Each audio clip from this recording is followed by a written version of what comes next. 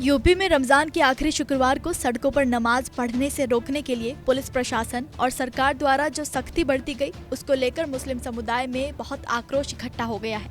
लोगों की बातों में साफ झलक रहा है कि वो यूपी सरकार के इस कदम से कितने ज्यादा नाराज हैं और ये उनकी बातों में साफ झलक रहा है। 1 महीने तक चलने वाले रमजान के बाद मनाया जाने वाला मुसलमानों का प्रमुख त्योहार ईद उल फितर अब नजदीक है, लेकिन खासकर मुस्लिम समुदाय के लोगों का कहना है कि उनके इस त्योहार के दरमियान सरकार द्वारा कई बार खलल पैदा किया गया। बता दें कि रमजान का आखिरी जुमा यानी शुक्रवार को ईदगाहों में हमेशा की तरह नमाज पढ़ी गई। भीड़ ज्यादा होने के कारण कई बार सड़कों पर भी नमाज पढ़ी जाती है। इस बार भी पढ़ी गई। अलविदा जुमे की नमाज शांतिपूर्ण तरीके से संपन्न हो गई, लेकिन जिस तरह के प्रशासनिक फरमान जारी किए गए थे, पूरे देश में हाई अलर्ट जारी किया गया था, सुरक्षा को लेकर विशेष निर्देश दिए गए थे, उसे लेकर मुस्लिम समाज में काफी आक्रोश है। उनका कहना है कि ये सख्ती देखकर लगता है जैसे कोई त्योहार नहीं बल्कि साजिश रची जा रही हो। तमाम जगहों पर अलविदा की नमाज पर ड्रोन से निगरानी की गई। सड़कों और सार्वजनिक जगहों पर नमाज पढ़ने पर प्रतिबंध लगाया गया था। आपको बता दें, दरअसल यूपी के संभल, अलीगढ़, मेरठ और कई शहरों में पुलिस ने सड़क पर नमाज पढ़ने पर रोक लगाई थी और गंभीर परिणाम भुगतने की चेतावनी तक दी थी। मेरठ में पुलिस ने चेतावनी दी थी कि आदेश के उल्लंघन पर कानूनी कार्रवाई होगी, आपराधिक मामले भी दर्ज किए जा सकते हैं, साथ ही पासपोर्ट और लाइसेंस भी रद्द किया जाएगा। यूपी सरकार की इस चेतावनी की आलोचना खुद बीजेपी के कई सहयोगी दलों ने की और इसका खासा विरोध भी किया था। केंद्रीय मंत्री और आरएलडी नेता जयंत चौधरी ने इस तरह के आदेशों की तुलना ऑरवेलियन स्टेट से की थी। बता दें कि ऑरवेलियन स्टेट का मतलब है एक ऐसी स्थिति या शासन प्रणाली जो लोगों की अत्यधिक निगरानी करती हो, दमन करती हो और व्यक्तिगत आजादी का विरोध करती हो।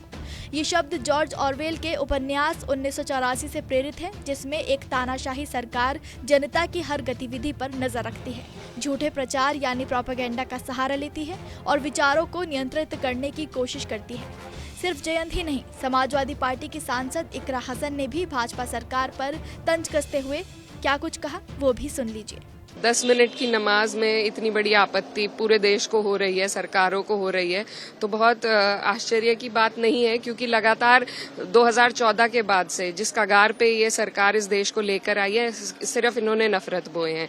इनको जब यूएई में या कहीं और जाना होता है तो ये सबसे गले मिलते हैं, सबको गले लगाते हैं, लेकिन जब अपने देश में अपने सौगाते मोदी की बात चल रही है, सौगात सबसे बड़ी मुसलमानों के लिए ये है कि उनके हकों को, उनके हुकूकों को उन्हें दिया जाए। लगातार छीनने का काम जो हो रहा है, चाहे कहीं सर्वे करा के हो, वक्फ का बिल ला के हो, आज नमाज रोक रहे हैं, कल पता नहीं क्या करना चाहते हैं, लेकिन हम इस देश की मिट्टी में हमारे बड़ों का, हमारे बुजुर्गों का खून शामिल है। हम कहीं नहीं जाएंगे, यहीं रहेंगे। सरकारें आती हैं, जाती हैं, आज इनकी तानाशाही है, लेकिन हमेशा नहीं चलेगी। मुस्लिम समुदाय में नाराजगी इस कदर है कि उन्होंने ईद की तुलना कावड़ से कर डाली। लोगों का कहना है कि जिस मेरठ शहर में नमाज को लेकर इस कदर सख्ती बरती गई, उसी मेरठ पुलिस ने पिछले साल कावड़ यात्रा के दौरान दिल्ली मेरठ एक्सप्रेसवे को 1 हफ्ते तक बंद कर दिया था, ताकि कावड़ियों को कोई दिक्कत न हो सके। यही नहीं, जगह जगह कावड़ियों पर हेलीकॉप्टर से पुष्प वर्षा की जाती है और ये वर्षा पुलिस और प्रशासन के बड़े अधिकारियों द्वारा की जाती है। नमाज को पूरा करने में मुश्किल से 10 मिनट का वक्त लगता है, लेकिन कावड़ यात्रा पूरे महीने चलती है। रामनवमी में शोभा यात्राएं निकलती हैं, कई घंटे और लंबी दूरी तक चलती हैं। किसी ने कभी कोई आपत्ति नहीं जताई। बता दें कि नमाज पर इस तरह की पाबंदी सिर्फ मेरठ में ही नहीं लगाई गई थी, बल्कि यूपी के कई जिलों में ऐसा हुआ था। संभल में तो ये तक कहा गया था कि लोग अपने घरों की छत पर नमाज न पढ़ें और संभल सीओ अनुज चौधरी ने संभल के मुसलमानों को ये तक कह दिया था कि अगर सेवैयां खिलानी है तो गुजिया भी खानी पड़ेगी। पर आप यदि ईद की सेवैयां खिलाना चाहते हो तो आपको गुजिया भी खानी पड़ेगी, या गुजिया खावा ये सेवैयां। लेकिन संभल के जिलाधिकारी राजेंद्र पैंसिया ने अपने बयान में इस पर स्पष्टीकरण दिया।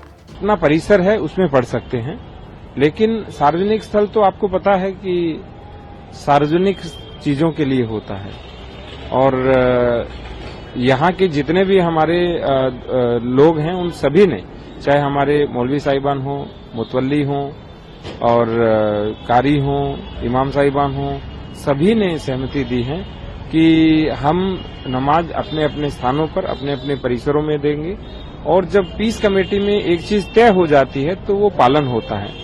और कानून स्पष्ट कहता है कि पब्लिक प्लेस पे किसी प्रकार की इस तरह की चीजें नहीं होनी चाहिए। अधिकारियों और सरकार द्वारा नमाज को लेकर सुरक्षा नीतियों के बाद मुस्लिम समुदाय में काफी आक्रोश देखने को मिल रहा है और वो साफ तौर पर इसे तानाशाही बताते हुए साजिश का करार दे रहे हैं।